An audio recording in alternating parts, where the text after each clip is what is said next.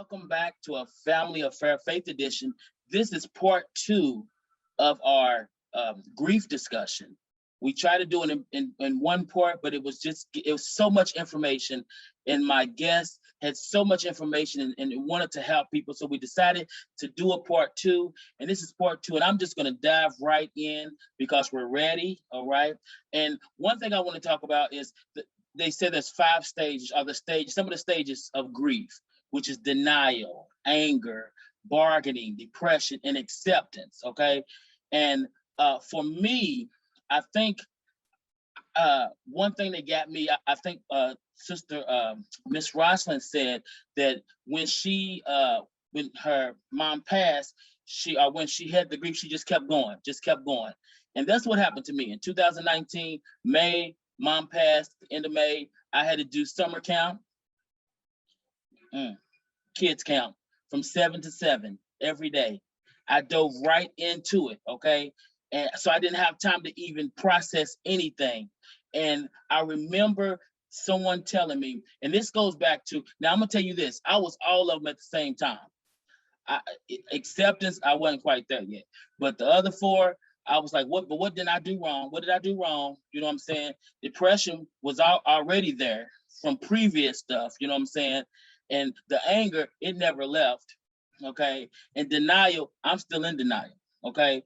But one thing that I would say to me, as far as when the phone calls were gone and when the text messages, because they all right when it's coming, when it first happens and stuff like that. But it wasn't until I was in the middle of summer camp. I might have been at the end, I don't know. And someone said, someone's here to see you. I'm in the classroom with the kids and stuff like that. And I'm saying, who's coming to see me? And they know I got summer camp. And I walk in the hallway, you all, and it's Natasha. And I didn't have to say nothing. I didn't have to nothing, okay? Excuse me if I get emotional, because God has a way of seeing about you without you even knowing it, okay?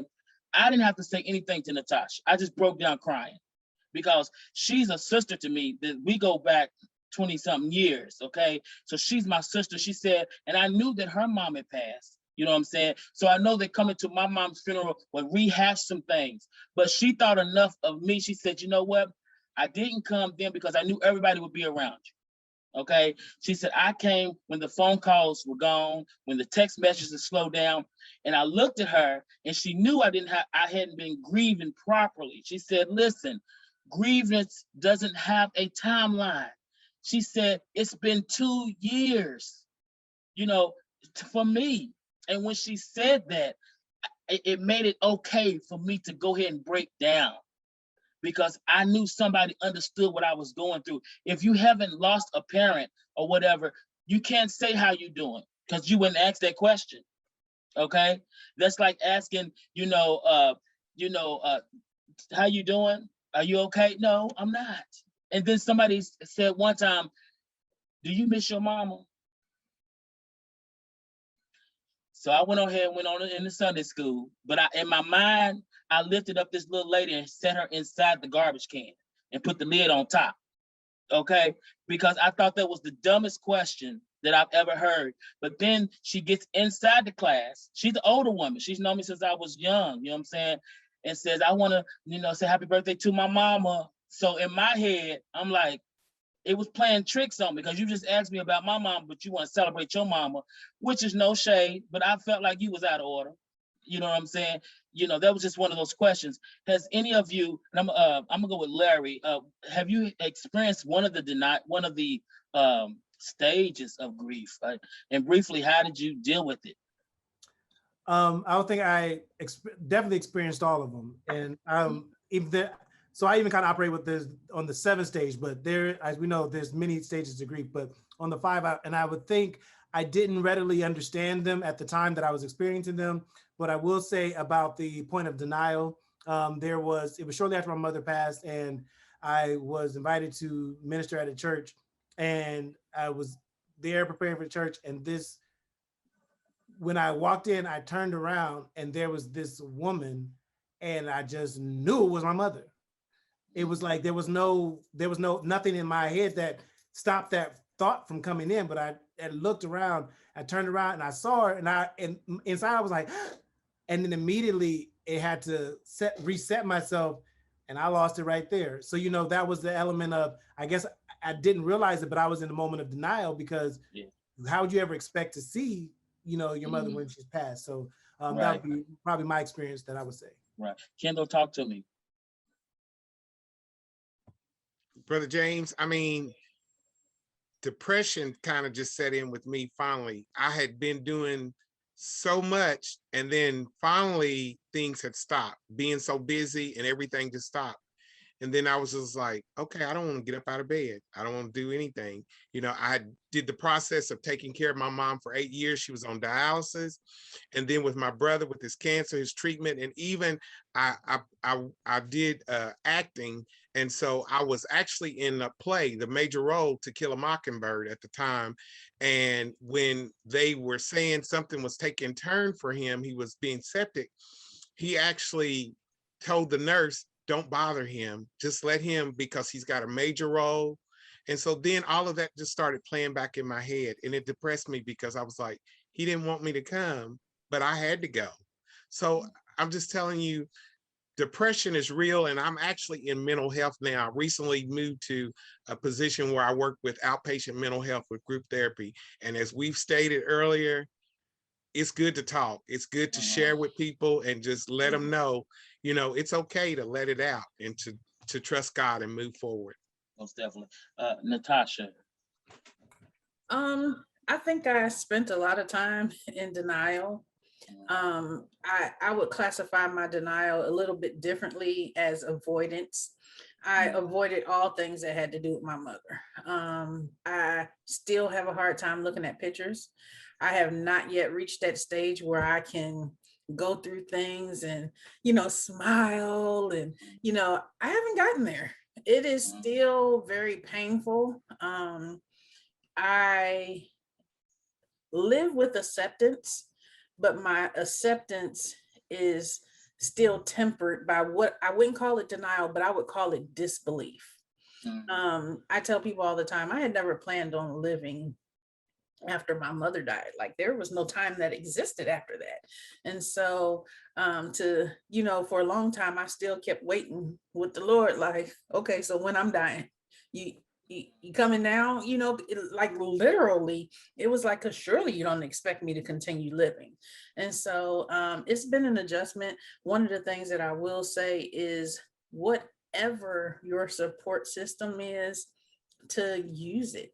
I grew up an only child with my mother as a single parent, but I have been greatly blessed. I've been blessed with friends. I've been blessed with a husband, and his family has been phenomenal. And so that has been my support system. You know, it's no one can tell you how to grieve. And I still struggle with feeling guilty for grieving. But that's something like I said before, I have to allow myself that grace, because there is no time limit. There is no right or wrong.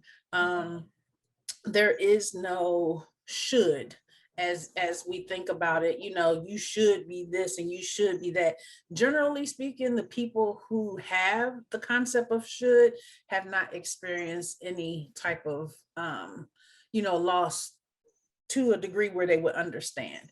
And so I encourage anybody who is experiencing grief to extend yourself grace and get rid of the shoulds. Each person is different. You know, there is no time. It hurts some days like it did the day of. And, you know, some days are better than others. We just have to take them in the waves that they come, and, you know, trust and believe that we will be victorious, as we are each day that we carry this grief. All right, Dr. Rowe. I think I hovered around all phases. As I said before, you know, anger was a big part of it. But see, here was my problem. I was in denial that I was angry all those years. So, you know, when you think you don't have a problem, that's when you have a problem.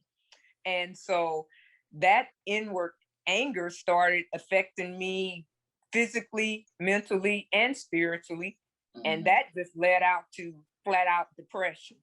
And Mm, then COVID hit on top of that. mm, And that really threw me for a loop because I was at home by myself. For my other siblings and family, they were with someone. But it was just, I thank the Lord that I have a dog, but even with having a dog, there's no communication. Your pet loves you unconditionally, right. but sometimes I just wanted human interaction. Mhm. And I tell you, the fervent prayers of the righteous do availeth much, because James, I'm going to tell you, when you would send me those Zoom links, Mhm. those were times, and talking about chapel choir Mhm. meeting. And a lot of times I'd be tore up from the floor up, Mhm. and I'd get on there and I was like, you know what? I can't fake the funk anymore. I'm just gonna be real. And it was just good it was like people always know when to reach out to Yeah. you. And I think what frustrates me more about, when you've lost someone, Mhm. is when someone says, well, you should get over that. Now I want to just punch them in the face, because I'm like, Pop. you got a lot of nerve. I mean, really, you do. You have a lot of nerve that even making a statement like that, And for me, this last year has just been a lot of growth and being honest about how I felt about it and how it really affected my life. And I don't have a problem talking to people about that. And, sometimes things do occur in your life, but God just literally shut the door. I mean, Mhm. he shut the door and bolted it. And I'm kind of like, I kind of got a little mad about that. And I was like, wait a minute. When COVID hit, God was doing something for me. But at the time that COVID hit, I didn't realize that. But having gone through COVID, and the isolation, and sometimes the only person you have to talk to is God, because in the midnight hours, sometimes folks are not up to talk to, or I'd be calling folks' number or texting, and they were like, "Why are you up?" Because I couldn't sleep, because I'd be thinking a thought or something would be going on, or sometimes I'd just be bawling and crying, and Mhm. you really don't have any control over that. But what I would say about all of those 5 stages, just go through it. Go through it. And it's no shame in it.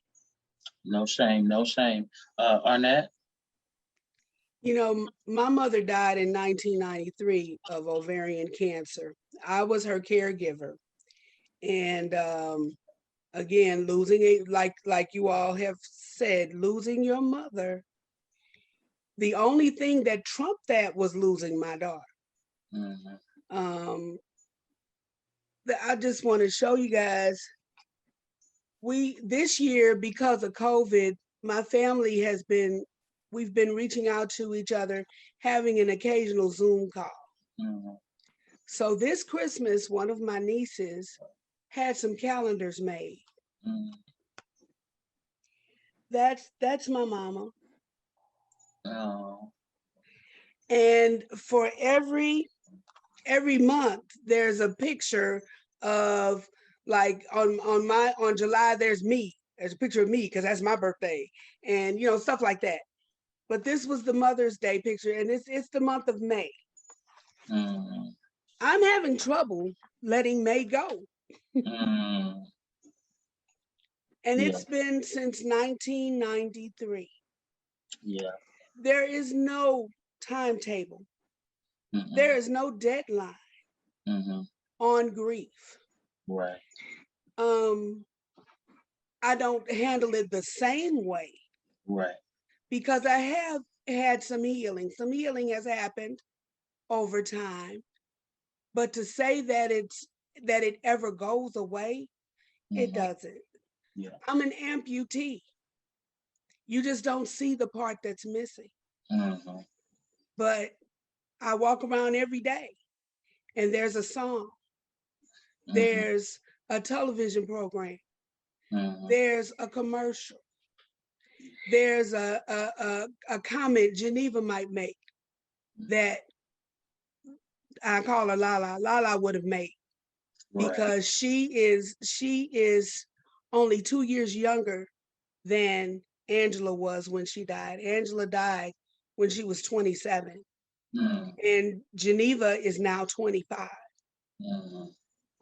Both of us are looking at each other kind of crazy because we're coming up on her 27th year. And she's like, how are you going to handle that, mama? And I told her, baby, we're going to make it through it, just like we've made it through every day since Lala's been gone.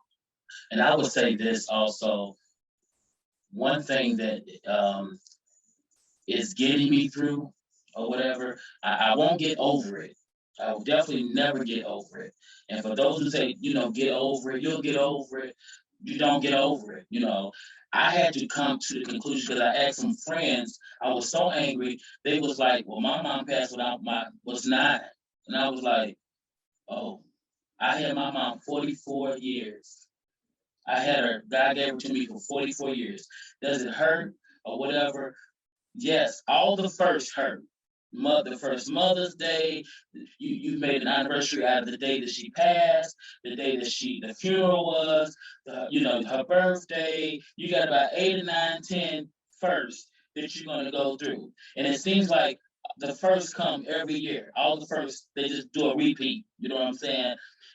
But one thing that that has joined us or whatever on this call, either we're in music or we're in the arts or something like that. And I found, and Tasha, I'm not going to tell you business. Tasha's one of the best writers, music, you know what I'm saying? Larry is one of the best dancers. We always in the choir and show choir. Yes, I was in show choir, Larry. Thank you. And we were all in there together. And of course, Arnett and Kendall and of course, Rosalind, and with music, you all, sometimes it gives me a way of escape, okay? But I will tell you this one thing. My mother started writing a book. She started writing a book, okay? And she wanted to put all her poems in a book. I didn't think nothing of it. I said, Mom, just get the stuff together. Well, she wrote about 56, 60 poems or whatever. And I just jumped up one day and was like, I'm going to complete my mama's book.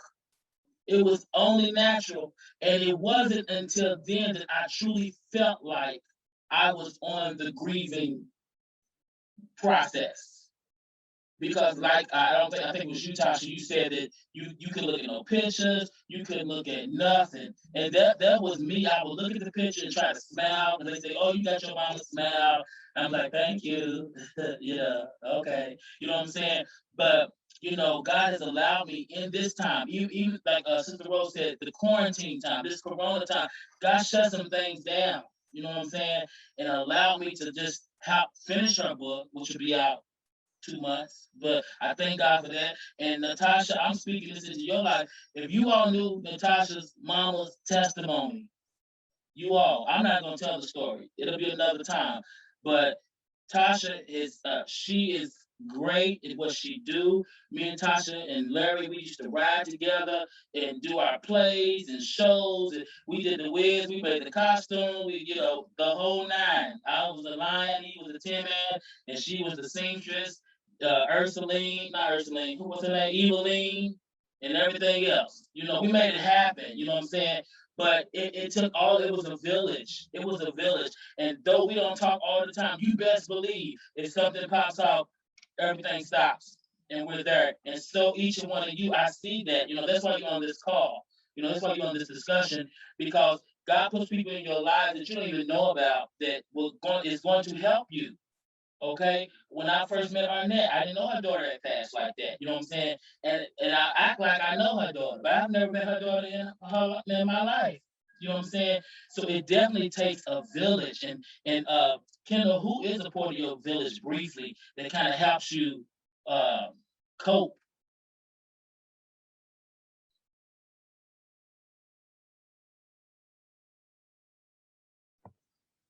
Actually, now it's just like I have my grandfather named his only two daughters both Patsy.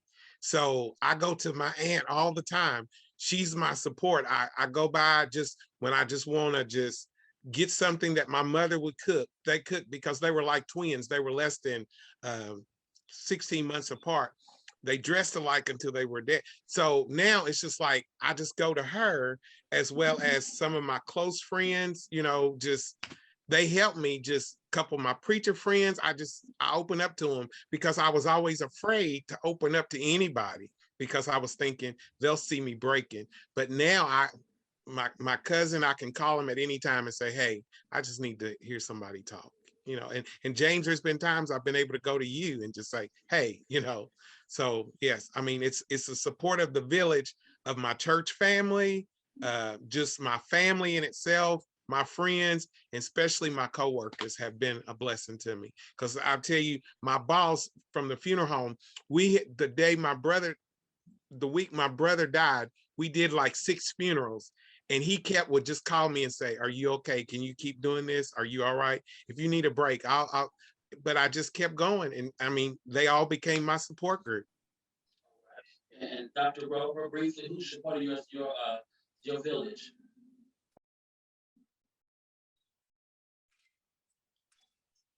Well, definitely Chapel Choir has been part of my visit. I know I've been missing in action a little bit because I lost the Zoom link. I didn't know you all were still going on.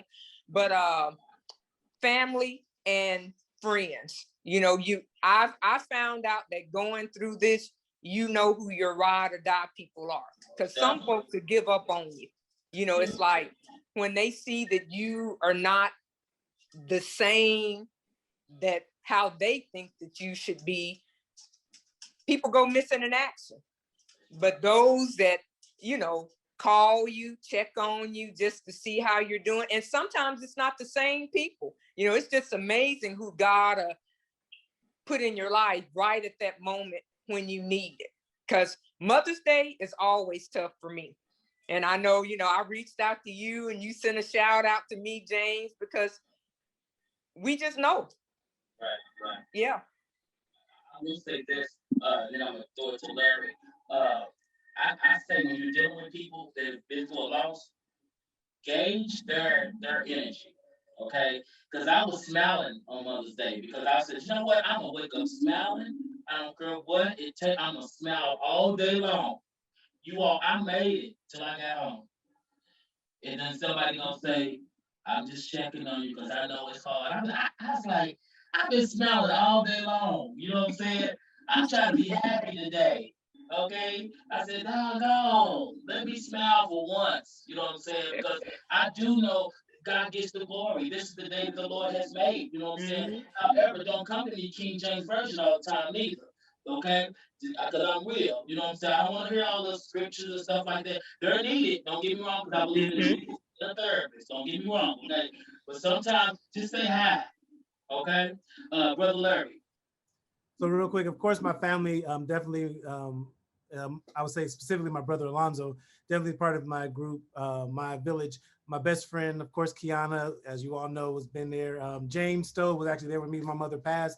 He lost his mother several years prior to me. So but I will say that also, friend Tacoma, we talk about music and how that brought us. She took me to New York to see The Color Purple the year my mom passed, and that has shifted my life. But I will also say this, Ms. Rosalind, my dog, Peace. God gives you never know where God's going to speak to you from and with him. My dog's name is Peace. I'll never forget, I was having one of my moments mourning my mother. I didn't say anything. I couldn't communicate to him. But what he did showed me that he was listening and God was as well. He was in tune with me. I was laying on the couch. I'm making fast. I was laying on the couch. I was feeling down. Peace brought his toy over to me, laid it on me, walked away and sat back and looked at me. Now, whenever he brings his toy, he wants to play with it, but he brought his toy to comfort me because he knew how I was feeling. And that moment was like, that was where God was letting me know, I'm gonna use all that I've given you and created for you to help you through this moment. So my dog definitely is part of my village. That's why I love him so much. Listen, I hate to even stop, but I will say this: we all have a village. You have your pets, and Leroy, and Binky, and Tinky, and Peace, and you know everybody's a dog lover except me. Okay, but I want to thank you all for being a part of this discussion. And please, please, please, we will do a check-in series as suggested by one of my um, hosts on today. We will definitely do that. And thank you all for joining our Family Affair Faith Edition. We love you, and we will have a message at the end of this that if you need help with grieving, okay? So peace out and God loves everybody, okay? Love y'all.